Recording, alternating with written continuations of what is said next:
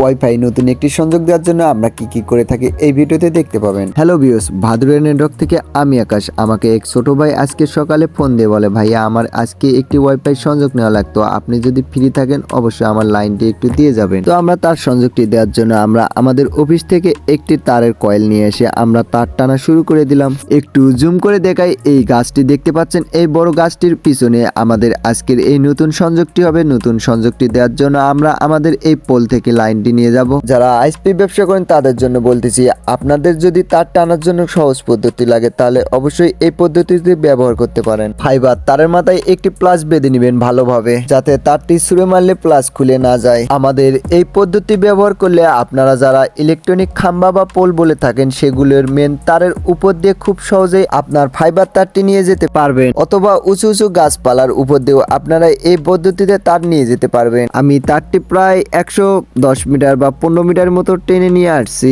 এদিকে এগিয়ে আসার পরে দেখতেছি আমার যে ছোট ভাইরা ওয়াইফাই সংযোগ নিবে তাদের বাসা থেকে তার নিজস্ব তারটি আমার এখান থেকে একটু এগিয়ে নিয়ে আসতেছে, যাতে আমার কাজ একটু তাড়াতাড়ি হয়ে যায়। তারপরে আমাদের মেন তারটি কেটে এখানে একটি টিজি বক্স লাগিয়ে আমাদের স্প্লিটার 595 লাগিয়ে দিব। তারপরে আমাদের জয়েন্ট মেশিনটি বের করে আমাদের 595 স্প্লিটারটি লাগিয়ে দিব।